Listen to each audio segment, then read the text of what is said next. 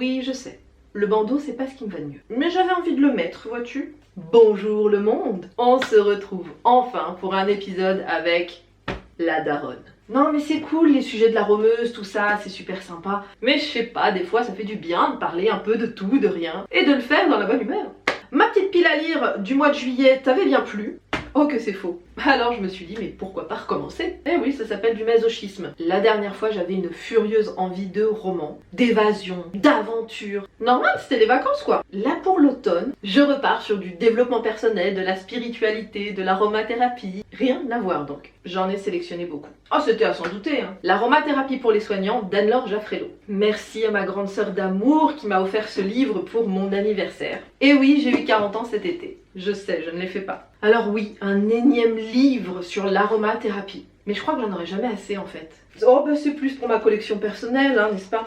Alors comme tous les livres d'aromathérapie, ce n'est absolument pas un livre à suivre de manière linéaire. C'est plus pour pouvoir m'y référer de temps à autre afin de comparer avec d'autres ouvrages. Puisque en aromathérapie, comme dans d'autres domaines d'ailleurs, tout n'est pas noir ou blanc, vois-tu. Il y a beaucoup de gris. Tu as la référence? Et regarde ce magnifique marque-page. J'aime trop, il est trop beau. Libérez la créativité de vos enfants de Julia Cameron. Bon, en réalité, je voulais libérer votre créativité, mais il était plus en stock. J'aime vraiment cette idée de renouer avec ma créativité. Du coup, j'ai pris cette version pour les kids et je me suis dit, bah pourquoi pas partager cette méthode avec les enfants. Enfin, avec les plus petits. Non, parce que mes ados, ils en ont rien à carrer de mes trucs chelous. Je suis chelou, moi. Le grand livre d'Anthony Robbins.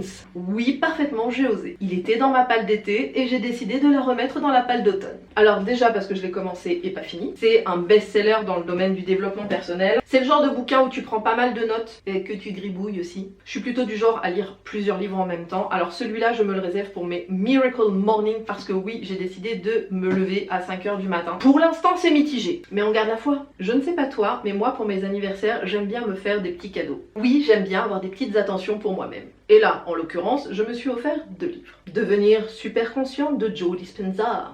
Joe Dispenza, en fait, est un chercheur en neurosciences et physique quantique. C'est un peu la frontière entre la spiritualité et la science. Et ce que j'aime particulièrement, c'est qu'il vulgarise au maximum pour que ça reste accessible au plus grand nombre. Il a mis beaucoup de schémas des travaux qu'il a menés. Et ce qui est encore plus génial, c'est qu'il y a énormément de témoignages. Bref, tout ce que j'aime. Au-delà d'un cours en miracle de Sylvain Duboulet et de Phoebe Loren. Un cours en miracle, c'est The livre du mouvement Nouvel Âge, New Age pour les intimes, dont c'est largement inspiré dans les années 70 le fameux mouvement hippie. Mais ce qui serait assez drôle, c'est qu'a priori les deux philosophies n'ont absolument rien à voir. Le cours en miracle, c'est un livre de 1300 pages qui est à 60 balles.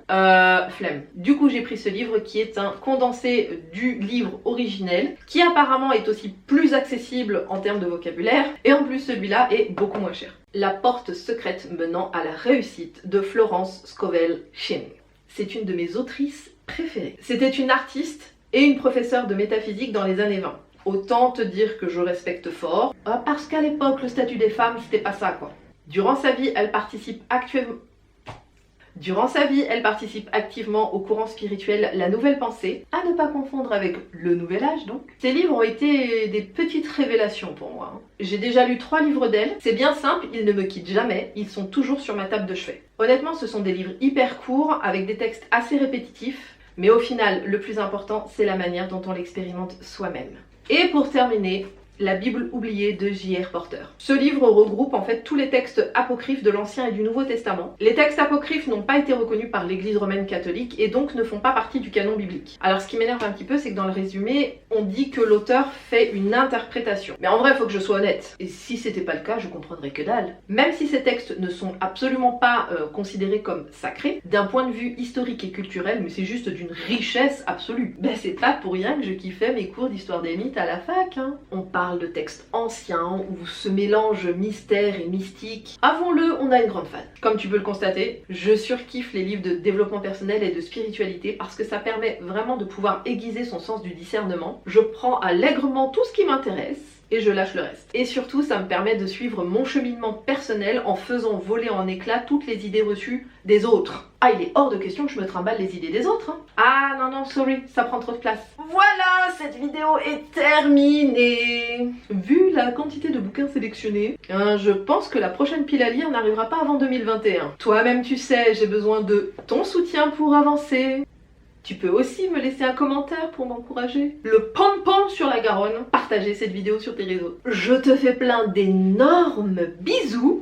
Surtout, tu prends bien soin de toi et je te dis à la prochaine. Bye.